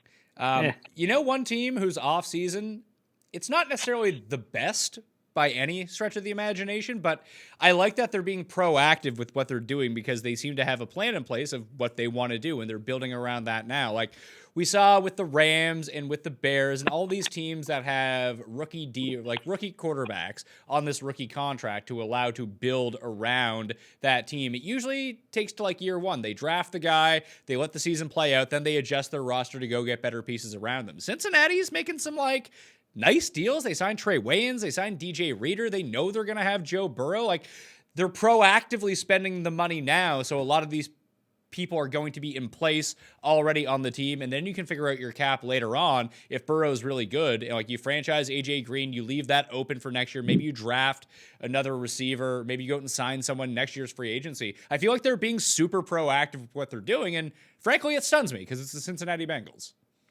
Yeah, pretty surprising to see them doing all that spending. And I would say very similar and maybe even a year ahead farther along, Pat, would be the Miami Dolphins.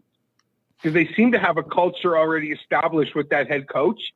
And they're doing a lot of spending to make sure someone's going to come in there and be comfortable and not have a horrible team either to win with the quarterback salary window too. Yeah, I think that's you're going to see more and more of this, but it seems like teams right now maybe it took trial and error for teams to actually realize what was going on, that you don't want to. I mean, why would you want to wait until your year 2 of the rookie deal in order to make your team good? Like, if you can bring in the rookie in year 1 and start them and have them in a good situation, that's essentially what you want to do. The guy that you're talking about for Buffalo to fill that Frank Gore role signed with Miami. It was Jordan Howard. Yeah, I actually thought the Chargers could have been in on that too, as the inside runner to complement Eckler. We weren't. So that leaves, like, what running backs are left? Tim, you were real big on the Jets getting Devonta Freeman last night. I still think he would be a fine supplementary piece. I think there's a lot of teams that would benefit from having someone like him. No question about it. If you're going to pay him, cheaply for a year, you could do a lot worse than him. My gracious. So guys that are available on the free agent market running back wise right now. So Geoff, you let me know who you would like the Chargers to have, because I think there is an answer to this question. 1, Carlos Hyde. 2, Devonta Freeman, Chris Thompson, Lamar Miller, Dion Lewis, DeAndre Washington, Peyton Barber, Amir Abdullah, Theo Riddick, your guy, Tim. LaShawn McCoy is available. Jonathan Williams, Wendell Smallwood, Devontae Booker, Ty Montgomery, your other guy, Tim. You called Ty Montgomery the queen on the chessboard last season. I like Ty Montgomery. Well, you won't. When he doesn't re-sign with the Jets, you'll hate him, won't you? No, I got nothing. I got nothing against him. I certainly wouldn't mind Theo Riddick. He's a good player. Of those top tier names, Geoff, who do you think would fit the best on the Chargers? Hyde, I don't know, Lamar Miller. I don't know. I'd be curious. I actually think I think that Dion Lewis is a good running back. Maybe he's not the smash that you would want to go with Eckler, if that's what you envision. But I think that if you don't want to play Eckler like an unlimited amount of downs, I think Dion Lewis does a lot of what Eckler does anyway. That a lot of teams seem like, oh, this is our bruising running back. This is sort of our receiving running back. What if he just had 2 guys who could run it kind of in between the tackles and be really good receivers? Then when you bring in your third, when you play the same sorts of guys on all 3 downs, like no team really seems to do that, which frankly I'm kind of stunned. He could be like Jalen Richard. Yeah. He could be like Jalen Richard to Jacobs. Geoff? I'm nodding in approval. Okay. Because I think it would be fantastic. I think one of my favorite plays in the entire Charger playbook is the double running back wheel, where we have Melvin and Eckler running the wheel route to the same side. I want Eckler to be in the slot a lot. You put Eckler in the slot now with a route runner like Keenan Allen and a guy like Hunter Henry, and you also have to account for a guy like Lewis running a route potentially. Oh, my God. Yes, I am nodding in approval. Great suggestion. There we go. Tim, out of all those guys, who do you want to be the starter over Bell? I don't want any of them over Bell. I think Bell's going to have a great season. Like I'm happy to have Bell. Things just didn't work out last year, but Bell will be fine and actually quite good going into this year. Bowling. Oh yes, I don't like the fact that he went bowling, but the season sort of went sideways. He'll be far more invested this year when the star QB doesn't get sick in week 1 and then hurt as well. Listen, I think Bell has a big season. I think he's back to Pro Bowl form. I'm very, very optimistic about what he does. And it's great that, you can look at the AFC East teams rosters and you have to go a while before you start saying, oh, there's a Patriot I'd like to have. It used to always be Tom Brady's first one off the board every time, Gronkowski second off the board every time. And now you're like, I don't know how many players I'd have to get through before I'd even conceive of taking a Patriot. They got some good offensive linemen, and they have one of the best players in the league. You wouldn't want the defensive player of the year? Well, he shouldn't have been the defensive player of the year. And there are a lot of players I'd rather have over a cornerback who, cornerbacks are notorious, like great one year and bad the next. So sorry. How come you haven't turned on your coach? Like, who is that innocent man, the last coach that you freaked out on, like quickly wanted him gone? But you're still here waving Gase's flag. Yeah. I said, I think in week 5 last year that I wanted Gase fired. Like, I don't want Gase. You think you're going to have a great season despite your coach? Yeah, listen, you got, like Rumsfeld said, you go to war with the army you've got, not the one that you want. You've got to just deal with the coach that you have. This guy managed to make the playoffs somehow with Miami. He can, despite Bill O'Brien makes the playoffs every year, and he's the worst coach in football. So if the Texans can overcome that, we can overcome this. Last thing. You ready for this? two things about Tampa Bay. Let's end on. We started with Tampa Bay and Brady. We'll go back to Tampa Bay and Brady. No Mariota?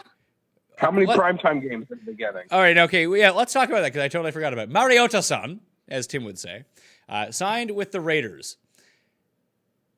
Any chance that he supplants Derek Carr? And Geoff, if you recall, Derek Carr, Marcus Mariota, Tim referred to as the AFC title game matchup 4 years ago, whatever it was. And then on the same day, they both got dead. Remember that? I do, and it wouldn't shock me at all if he was this next year's Tannehill. I mean, his career is almost on an identical trajectory in many ways as Tannehill's was, and now he gets to be that guy. Are you fired up for Mariota-san, Tim? I think it's smart for the Raiders to bring in competition for Carr. I think this Raiders team actually is really, really good.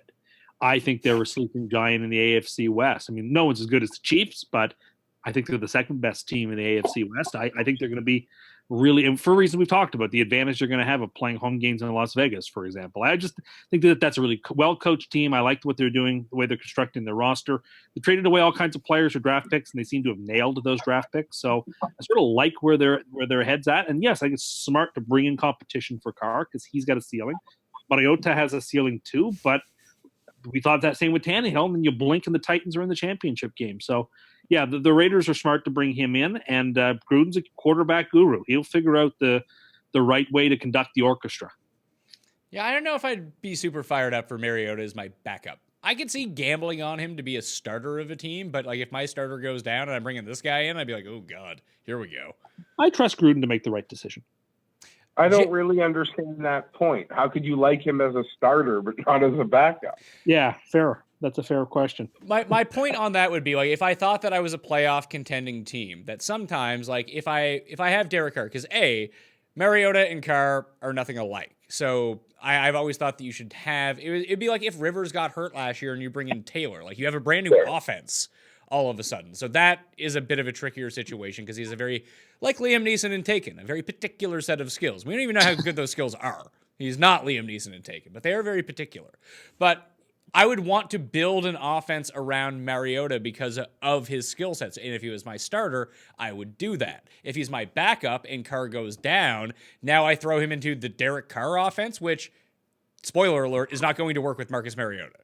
I don't know, but 2 years ago, the Ravens lost Flacco, threw Lamar Jackson in, and the Ravens won the division that season. So yeah, they also changed their offense on the fly because John Harbaugh is one of the three coaches in football who would think to do that. John Gruden is also more than capable of that. Gruden's a marvelous coach. Yes, he is. He's a marvelous coach. I think, listen, he's an okay coach. Geoff, do you think he would completely reinvent the offense during a bye week to fit the backup quarterback and change it so drastically you only run the ball? I'm pretty convinced Gruden will still run the same offense he ran in Tampa 20 years ago. Yeah. I don't know. I think you guys don't give him quite enough credit. I think last year he proved himself to be an expert head coach still. Apparently this signing goes to Mayo. Just he was head and shoulders for Mariota in his draft year and just believes that there's that ceiling still in there somewhere. I believe it. Yeah, I like Mariota. Mack's a football genius, so I trust his instincts. What was the bet that Tim wouldn't make you, Geoff? You've been begging for this bet that Tim keeps talking about, and Tim won't make it. Well, he says the Chargers are going to win 4 games. 4 games. You can't say that to me. Let's bet on it. He doesn't want to bet on it because he doesn't know who the quarterback's going to be. But no quarterback's a good option. We're not getting Brady. You don't think Cam Newton's any good. I promise you we will not roll the dice on Jameis. We were just so anti the turnover last year, there's no way we're going to go to Jameis. And if it's a rookie, then, we got rookie problem. But you're going to say 4 games and just snicker and say, I don't know what's going to happen yet. You know enough to say I'm winning 4 games. Bet me. No. How many games am I going to win right now? I don't know. Listen, you won 5 last year. So, so we should be somewhere in that ballpark between 4 and 6 wins probably, right? Maybe. You said 4. I did say 4. That's on the low end. I concede that. We'll see what I want to see how the schedule lines up and who their players. What schedule matter? Listen, I already made a stupid decision to make a bet with Patrick with the Cardinals and the Lions way too early. Now the Cardinals have added. Now the Cardinals are still the 4th best team in their division. They still belong. But they have just added 2. They've added the one of the top 3 receivers in football. That affects things. So I have learned a little bit to maybe hold my horses till things settle out, because I would have been far less desirous to make the bet knowing that Hopkins was going there. The Cardinals don't. And the Chargers haven't made a bad move since you got off us this offseason. The moment that you gave up on the Chargers and called them dead to rights and disowned them, they've done nothing but make good decisions. The Chargers and Bills are dead to rights. Dead. At least you're propping up Geoff and Paul. They love this. Take my bet. No. Why? You said that we're dead in the water. You might as well take our bet. So Bills versus Jets in division. If anybody else wins, then it's a wash. No, I don't want to. But you said that. They, come on, man. You wait. Let's. You're speaking like you're very, very convinced that that we're gonna suck. So you might as well just do it. You don't even have to worry about Miami or the Patriots this way. No, I just need to wait till we get Clowney. You've already predicted the Jets to win 12 games without Clowney. What are they going to be, 16-0 with Clowney? Well, no, I didn't predict 12-4. I think I said 10-6 on the show if we go back. I mean, last night you said 12 wins. I don't think I said 12 wins. You did say 12. You said 12-4. And if they get Clowney, it would be more. Perfect scenario when they had all the best players that I wanted them to sign or trade for. But that's not what's the situation right now. I don't know. You're trying to back me into a corner, and people have been telling me for a long time, stop letting them back you into a corner. No, we've been telling you for a long time, stop being a coward. No, you've been doing that. Hold on. Let me say something. I agree. I don't like it when people come on here and bully you into things. But you're the one that's bullying me. You're telling me in private correspondence that my team's going to win 4 games. And I want to bet you on it. But I don't want to. Cowardly! Tim Cowardcust is going to be your name. Great. Just what I need is another name. Yeah, I think people on Twitter Let's just wait for things to shake out before we make any bets. On Twitter, people tweet at Tim Anderson87 and say, you, top cuck, are a fucking coward. You tell him that. He needs to know. And be reminded over and over and over, Paul, yes. Can we call him TC squared for top cuck the coward? Well, technically, if you did TC squared without the proper bracketing, it would be it'd be TC times TC, which then, if you don't count those as individual things, count them as 2 separate things, it would be T times T, T times C, C times T. So it really wouldn't work out that way. Fair. All right. Tim, you need to see how things are going to shake out. The Chargers never make high-profile moves. That's just not in our DNA. So what do you we might. You wanted to bet it against the Dolphins. That's what you want, and the Dolphins aren't finished yet. Yeah, Listen, I don't know if those division odds. We went through those division odds. The Dolphins could absolutely win the AFC East. It wouldn't shock me. I don't want to make a Chargers versus Dolphins bet. But that's what you were trying to hector me about. No, it was more about the 4 wins. Okay, but part of the reason I put 4 wins in there is because that's the low end. And I just felt like giving the low end. Sure, they could win 6 or 7 games. It's not out of the realm of possibility. But look, they went 5-11. You're the one who always preaches you don't make big jumps in 1 year, right? No, I didn't say that. I said sometimes it's good to make the solid trajectory. We both acknowledge in football it's very possible to make the big jumps.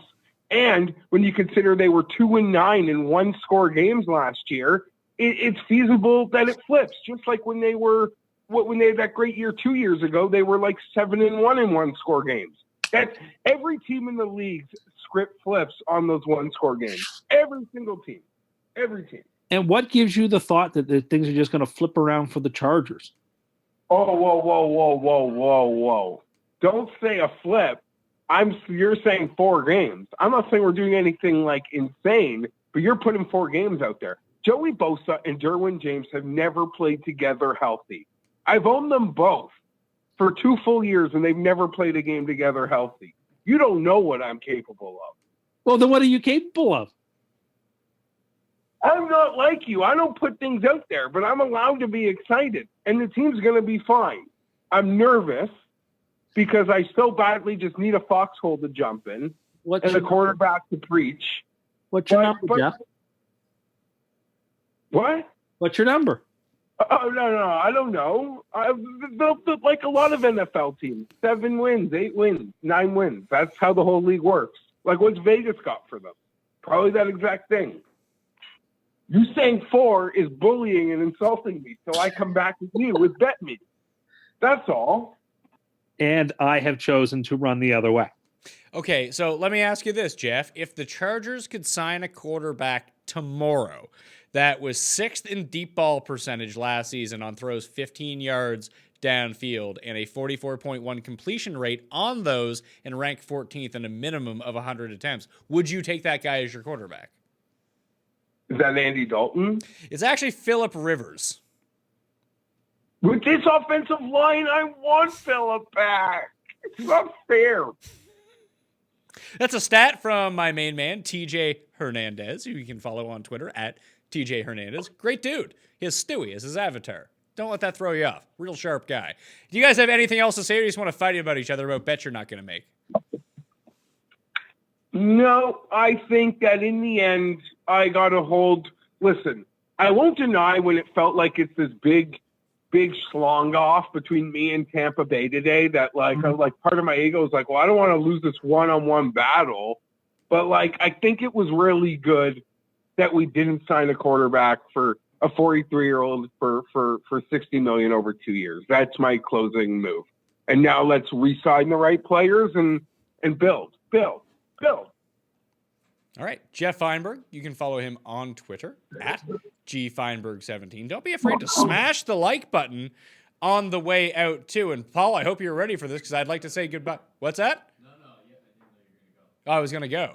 Yeah, because I have to switch the file. Yeah, okay, I'll continue to talk. So, yeah, the giveaways for the show, smash the like button, leave your DraftKings handle in the comment section on a scale of 1 to most cowardly. Rank Tim Andercust. That's one giveaway. And there's also a giveaway of who is going to be the Chargers starting quarterback for week 1 of whenever the next time they play football. So again, smash the like, DraftKings handle, and put that in the comment section. And like I said, you have to be a crazy person if your name is Tim Andercust. Tim Andercust.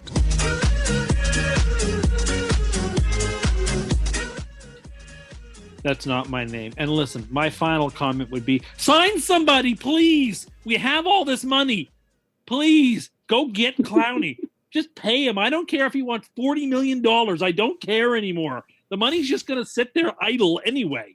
Just go pay the man. We need him. Please. I can't be up till 2 a.m. reloading Twitter, looking to see if we've signed him. I can't do this anymore. Just sign him and make it happen. Please. Why don't you just get notifications? I don't know how to do that. Chester and Rappaport. I don't know how to set that up. I just type into the search bar the names of Schefter or Rappaport when I'm looking to see what there's. That's how I navigate Twitter. But I've been up just like reloading and refreshing because I need the new. Just sign him. You have the money. We have a chance to win the Super Bowl. Just go get him. What are you talking about? Win the Super Bowl.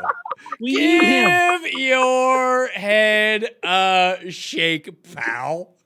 I told you, remember back at Christmas time, I had a premonition that we would play the Buccaneers in the Super Bowl, and we would have to face the Buccaneers as the first time ever a team gets to host the Super Bowl in their own place, and we wouldn't get to play a neutral site Super Bowl. I had this premonition. When I think things like this, I'm often right. Take my bet. So, just Austin Wright. please go sign Clowney. He's just there. You Just said go get him. you just said that the Jets are going to the Super Bowl, but you won't bet poor Paul that the Jets will win more games than the Bills. No, I'm terrified. I don't know what I think, other than I just need you to sign people with that money, please. I need stars. Go get me a star. I think that Jared on Twitter, who had tweet of the day, said it best. He just tweeted at me and he asked, just got home, did the Jets sign a new hot dog vendor with upside? It turns out they didn't even do that. So I laughed at that too. That was clever. But like, please, just go sign stars or trade for stars. I hear Brandon Cooks could be on the trade market. Go trade for Brandon Cooks. I'd love that. Just go get me some stars, please. Hold on. What would you give up? You're the GM. You said you want to be GM of the Jets. What do you give up for Brandon Cooks? Second round pick.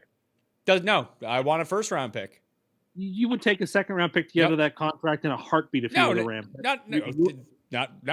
I want a first round pick. Next year, 2021 first round. Absolutely not. I want this year's first round pick and next year's second. You get this year's. I'll chuck you a fourth back too. This is 11th overall we're talking about, though. Then I'm taking Robert Woods too. What are you talking about? Or give me Josh Reynolds. You want Josh Reynolds and Brandon Cooks for your first and second next year and a fourth. So those two guys, a fourth. No. You're adding things. Just for the first, that's all you get. No, I want a second next year too. No. Then you know what? You know what? You don't get anyone. So enjoy having Jamison Crowder as your wide receiver one. Stop being mean. I mean, make the deal with me, Tim. You're refusing to make deals. You're just like the Jets. Inaction. The only thing grade A+ for inaction. The New York Jets and you, coward. Just go sign someone, please. I need this. I'm stressed. That will do it. It's like the Dolphins are signing everybody, and the Bills are signing everybody because they get that the Patriots are they're a dead man walking, like the Ottoman Empire, World War I. They're the sick man of Europe. They're done. You know those disgusting stories about like your medical department being a joke, Yes, and like you fighting with players over grievances, and your coach being like a callous POS. Yeah, you guys have a culture issue. Yeah, maybe that's why when guys aren't signing there, bud. I can't defend any of that other than I'm saying they've got a lot of money, and the Bills and Patriots get that it's time to build, to rearm, and we're just standing there twiddling our thumbs with the best asset in the entire division and not trying to build around. It drives me crazy. We have such an opportunity, and it's going to be thrown away. Pac-Man 881 in the chat says, Tim, if you're going to be staying up, you need some Coke energy. Which you all said was gross. Yeah, it was pretty gross. It tastes like rum and Coke, but no rum. No. Or maybe he just thinks you need to go buy a brick of cocaine and go snort that. Maybe that's what he's talking about. I don't know. No, I just need us to sign Clowney. Once I was told we were the front runners. No one has said the Jets are the front runners. The only thing I have read is that the Giants are the front runners. No, the Giants just spent a bunch of money on defensive players. They still have a bunch of money. You don't think that they would take Clowney? You said pay him whatever. Pay any price. I have to have him. Now, when you don't get Clowney, are you going to say, I didn't want him anyway? No, I do want him. Then there's nobody good. It's like being at a fantasy football auction draft and you wait and all the good players are gone. I still have all the money. I'll buy deals. Yeah, but everyone's terrible. So it was like that year that Stoylov ended up with $93 left over for his team. Yeah, he had to buy Grady Sizemore for $90 because he was his last player. All right, that will actually do it on the Pat Mayo Experience. I enjoyed this live show, guys. I thought it was a lot of fun. A bit more loose than we're used to, and even with Jeff not in studio, good fire back and forth. I like this a lot. This will be available for the audio version up on iTunes, Stitcher, Spotify, Google, in probably about 10 minutes or so. You can always rewind. I'll be tweeting it out. And if you want to get into a draw for $100 DK, subscribe to said audio podcast. Tell a friend as well. Like I said, we're doing NFL. We're doing movie podcasts. We got Cage Warriors because apparently you can bet on this. Cody Safik knows all about it. Why wouldn't we try to cash in? We cashed in with UFC last weekend. Now there's no UFC. There's the AHL of UFC. We'll be betting on that. We'll be doing shows on it too. Plus more football on the way. So 5-star review after you subscribe. DraftKings handles something you like about the show, and you are in that draw for $100 DraftKings dollars. Hoard that DraftKings dollars now, because eventually sports are going to come back, and you can go on with stuff. Anyway, I'm Pat Mayo. Thank you all for watching. I'll see you next time.